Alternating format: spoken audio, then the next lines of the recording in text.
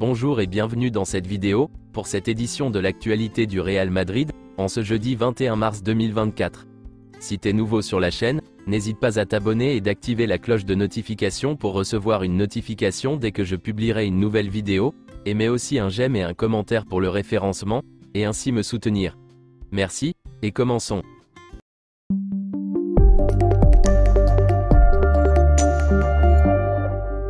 Voici quelques photos de Camavinga et Tchouaméni avec l'équipe de France. Et voici une photo de Toni Kroos avec l'Allemagne. Voici une déclaration de Jamal Musiala sur Toni Kroos. Toni Kroos est un joueur extraordinaire. Rien qu'à l'entraînement, on peut voir à quel point il est calme sur le terrain.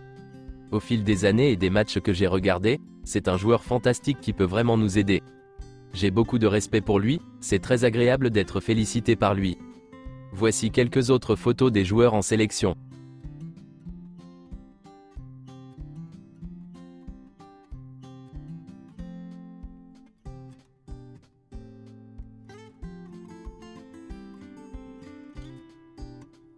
Eder Militão a terminé le match d'entraînement d'hier contre la Castilla, et a laissé de bonnes sensations. Pas tant au niveau du rythme, conscient qu'il lui reste de nombreuses minutes pour retrouver son meilleur niveau, mais au niveau physique. Pas de douleur ni d'instabilité dans son genou gauche, maintenant complètement rétabli. Vinicius Junior est nominé pour le titre de joueur du mois de la Liga pour le mois de mars. Et d'ailleurs voici quelques déclarations de Dorival Junior, le sélectionneur du Brésil. Le racisme envers Vinicius Junior ? Malheureusement, cela se produit partout dans le monde. L'ignorance demeure.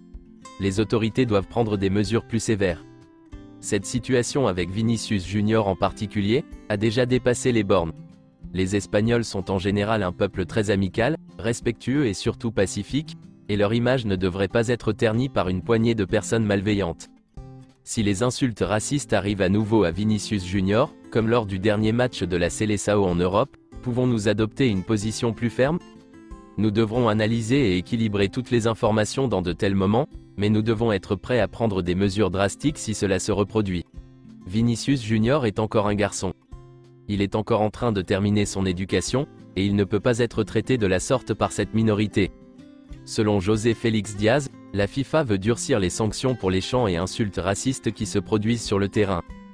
Gianni Infantino veut introduire une règle de sanctions, et pour cela, il compte même sur le soutien des gouvernements.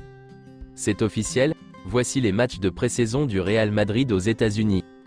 Le Real Madrid jouera contre l'AC Milan le 31 juillet 2024, contre le Barça le 3 août 2024, et contre Chelsea le 6 août 2024. Le Real Madrid a annoncé dans un communiqué officiel que les joueurs qui atteindront les demi-finales ou la finale de l'Euro et de la Copa América ne participeront pas à la tournée de pré-saison aux États-Unis. C'est officiel, Nico Paz rejoint Adidas. La commission déléguée de la Liga rejette la plainte déposée par le Real Madrid contre l'arbitre Juan Martínez Munuera, et la commission soutient le groupe d'arbitrage.